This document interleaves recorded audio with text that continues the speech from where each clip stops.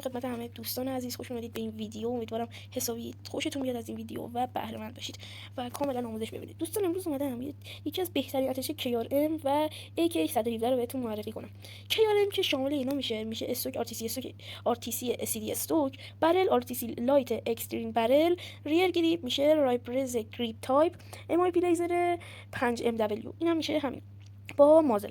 دوستان هم یه نکته رو بهتون بگم که یادتون باشه اینو فراموش نکنید. استوک دو مدل داریم، نو استوک و RTC STD استوک.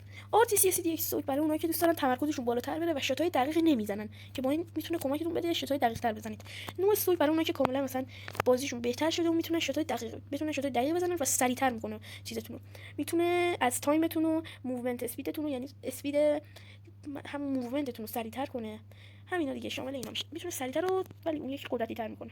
حالا 117 که شامل اینا میشه استوک RTC SCD استوک به همون KRM، برل OWC مارکسمن، مازل تاکتیکال اسپرسول، آندر برل تاکتیکال فور گریپ بی.